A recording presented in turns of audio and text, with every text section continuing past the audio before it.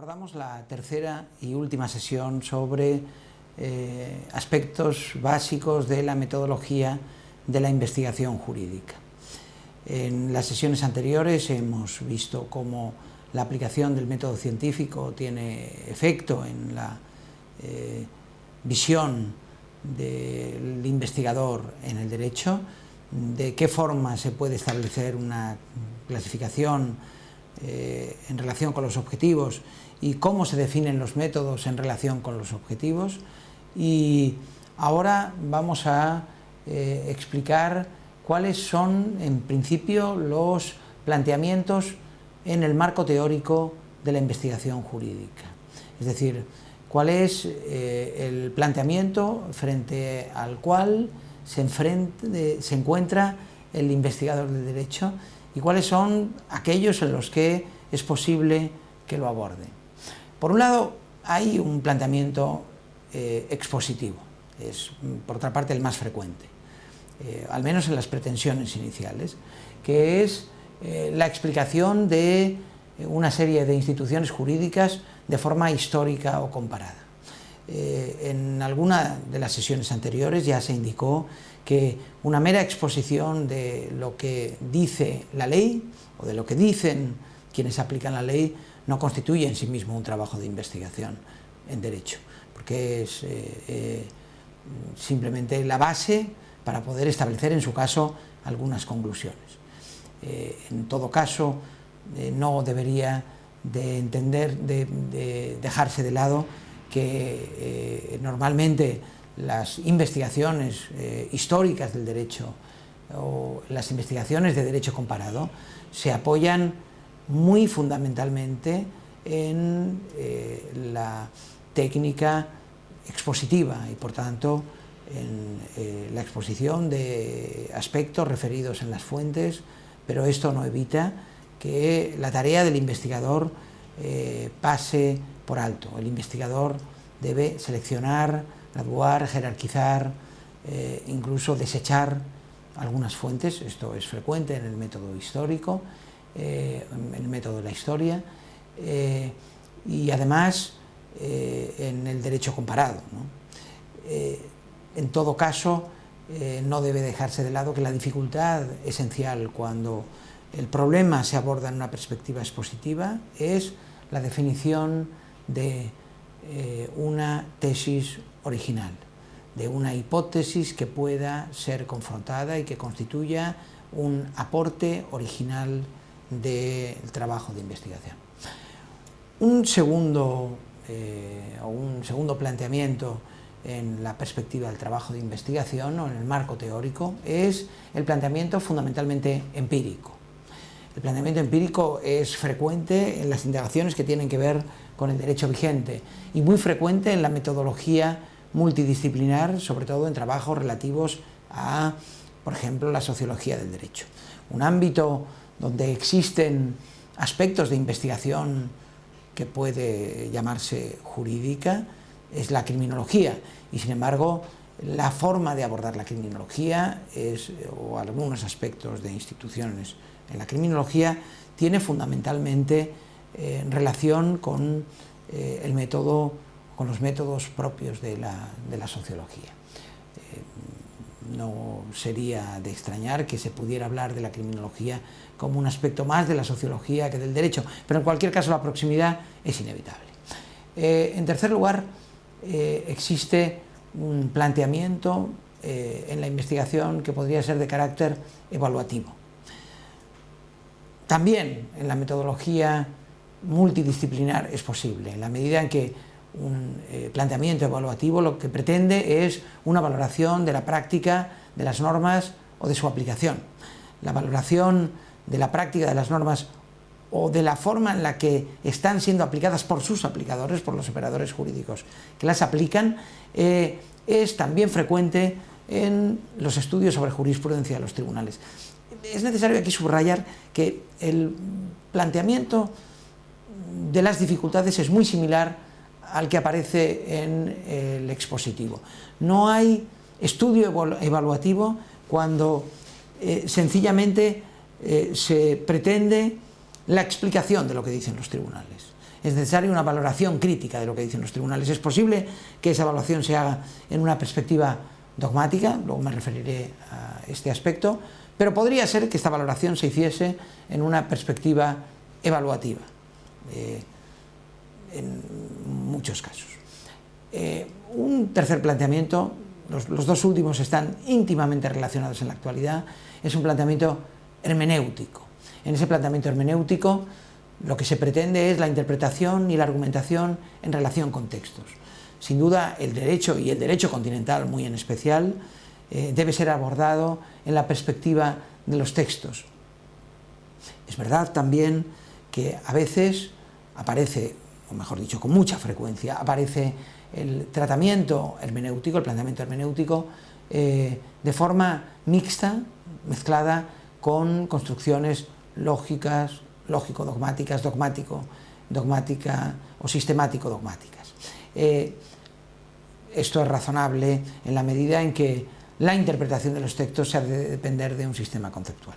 Pero por eso un último planteamiento en el marco teórico de la investigación sería el planteamiento dogmático-lógico, que consistiría en la construcción, la configuración y la sistematización de conceptos. Esta sistematización, construcción y configuración de conceptos es la tarea denominada tradicionalmente de la dogmática, pero como se indicaba antes, esta dogmática en el derecho no se construye sobre nada, se construye a partir de determinados textos que a través de estos conceptos son sometidos a una tarea hermenéutica. Esto no quiere decir necesariamente que la hermenéutica y la dogmática coincidan, al contrario, existen aspectos relevantes de la hermenéutica moderna, de la hermenéutica jurídica moderna, que es crítica con la dogmática, y aspectos de la dogmática moderna que prescinden de criterios de la hermenéutica. Lo que quiero decir con estas afirmaciones es que en la visión moderna de la cuestión se entrecruzan los dos caminos con relativa frecuencia. A partir de aquí abordaremos de nuevo nuestro esquema y trataremos el esquema que ha sido desarrollado en la sesión anterior en una perspectiva algo distinta.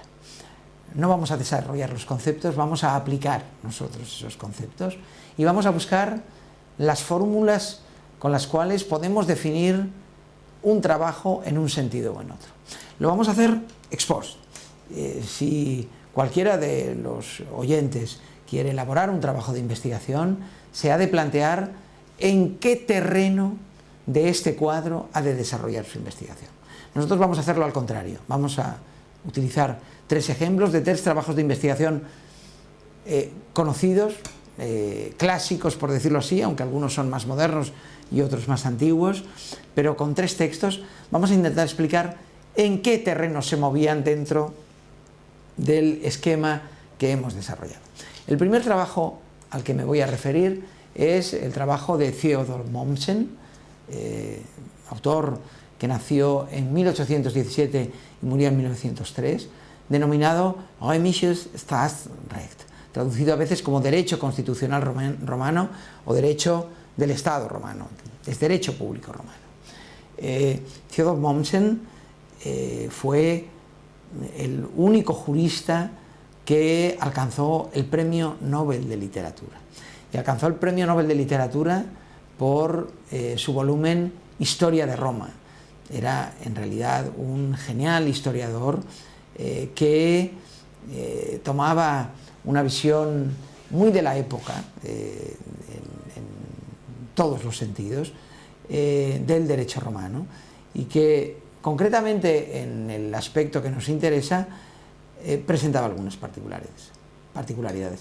Si ustedes ven en el esquema que se les muestra sobre el ejemplo 1, podrán encontrar dónde hemos situado el trabajo de Mommsen.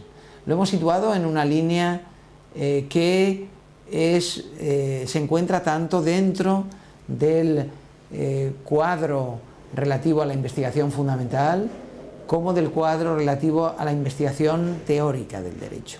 Es decir, aunque el título derecho constitucional romano, dado que el Estado romano no existe en la actualidad, llevaría a pensar que era simplemente un trabajo de historia del derecho. Hay razones que nos permiten pensar que no era así, que era en parte también una investigación histórica del derecho, perdón, una investigación teórica del derecho, y por tanto es evidente que se encontraba en la línea de la investigación básica o en la proximidad de la investigación básica, que utilizaba metodología multidisciplinar porque afectaba a la historia del derecho y en particular a la historia del derecho romano, pero también que utilizaba método propio de la investigación teórica. Las razones son las siguientes. Por una parte, respecto de su método histórico, no cabe lugar a dudas, es obvio, ¿no? Es más, los autores que estudian a Mommsen refieren que su Römisches Staatsrecht es en realidad una continuación de la historia de Roma que había publicado de 1853 a 1856. Esa perspectiva histórica era una perspectiva fundamental y sin duda él, cuando escribió la historia de Roma, había tenido en cuenta cuál era la construcción del derecho romano. Pero existen elementos que van más allá. Es más, la historia del derecho privado romano tiene fuentes de derecho. La historia del derecho público romano no tiene fuentes jurídicas. La fuente que podía utilizar Mommsen en su libro para saber cómo funcionaba el derecho constitucional romano era la historia de Roma. No existió nunca una compilación de normas de derecho público romano, cuando sí la existió de derecho privado. Luego, ya por la perspectiva de las fuentes, era necesaria la utilización del método histórico. Por otro lado, hay una perspectiva interesante que en ocasiones se deja de lado y que en el caso de Mommsen es fundamental, que es la cuestión lingüística. La perspectiva filológica en Mommsen es un elemento esencial de su investigación. Es más, cuando él con posterioridad escribe de su libro, afirma que este libro debe interesar a, no dice a historiadores, dice a filólogos y a juristas. Él estaba buscando al público de los filólogos, perdón, de los juristas, pero se daba cuenta perfectamente de que el aspecto filológico era un aspecto esencial en su trabajo. Y por último, hay que abordar la explicación de por qué hemos situado la obra de Mommsen en el cuadro relativo a la teoría. Pues la razón es relativamente sencilla y tiene que ver con la propia finalidad de Mommsen en su trabajo. Mommsen pretende utilizar el método de Savigny, la pandectística, y el método de Savigny y de Puchta al derecho público. Savigny, Puchta habían aplicado su método al derecho privado.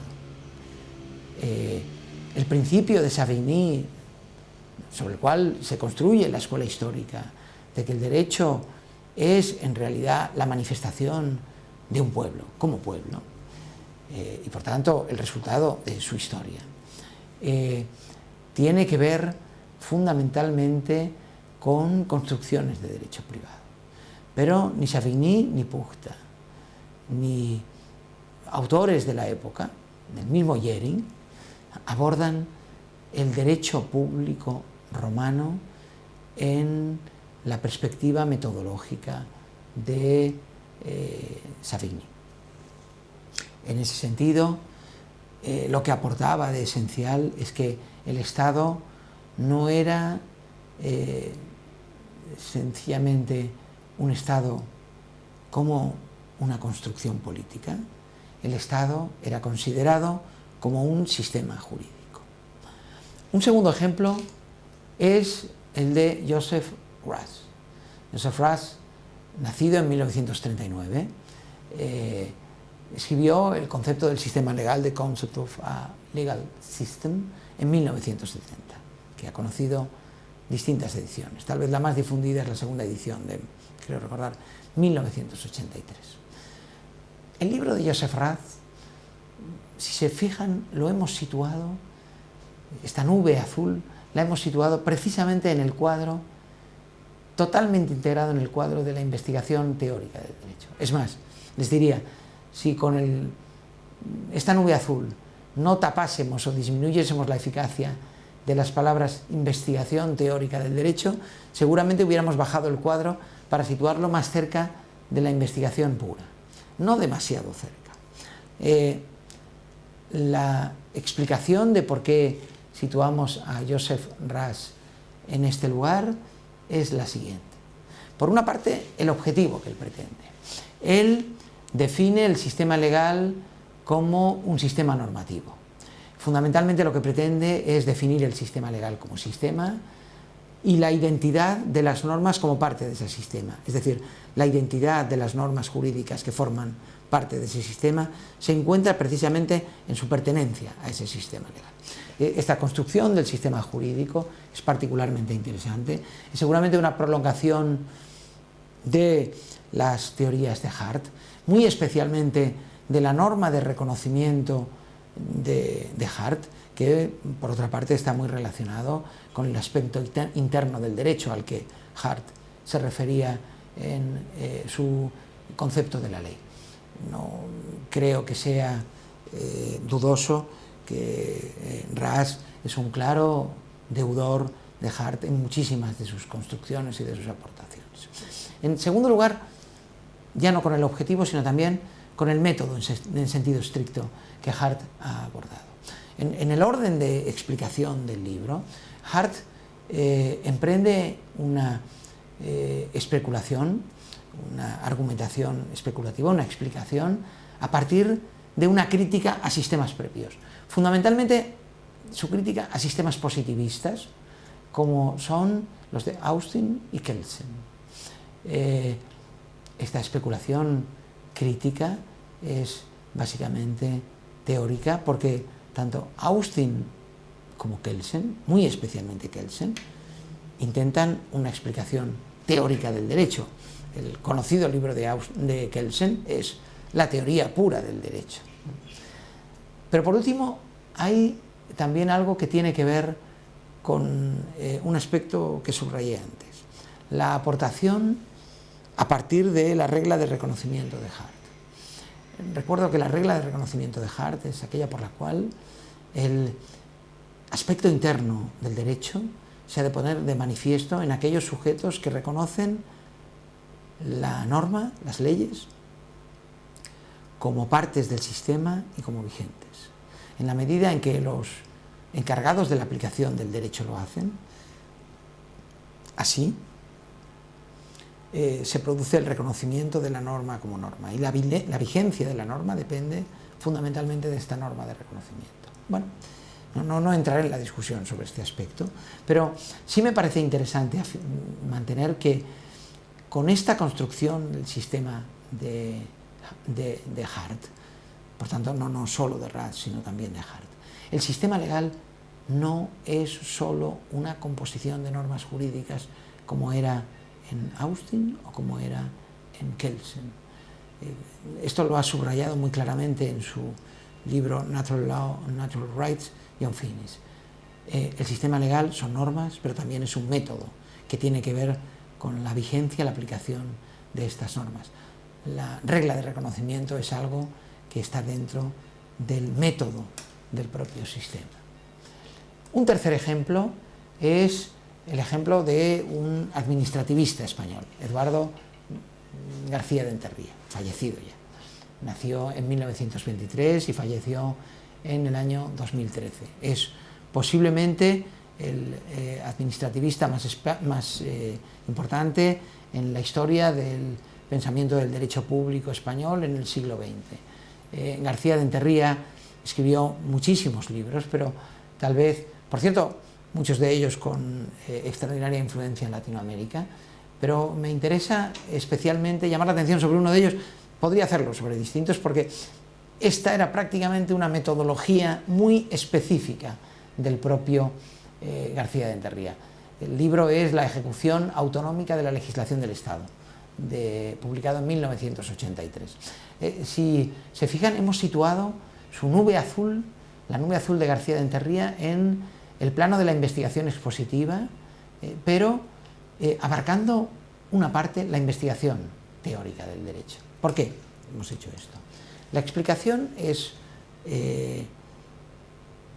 relativamente sencilla. Por un lado, el objetivo. El objetivo de García de Enterría en este libro, donde lo que está explicando es cómo se ejecutan determinadas normas a partir de un determinado sistema, lo que intenta es explicar por qué hay un reparto de funciones en un denominado sistema de ejecución federal o federalismo de ejecución que estaba vigente en ese momento en Austria, en Suiza o en Alemania. Lo que Eduardo García de Enterría intenta aquí subrayar es cómo un sistema constitucional puede funcionar en sus líneas generales, que es la distribución de competencias cuando el sistema sigue un modelo federal. ¿Qué competencias básicas corresponden al Estado? ¿Qué competencias y qué límites en la ejecución tiene el Estado al marcar estas bases de la legislación? ¿Qué competencias y qué límites tiene cada uno de las entidades federadas, en el caso español de las comunidades autónomas, a la hora de desarrollar la legislación?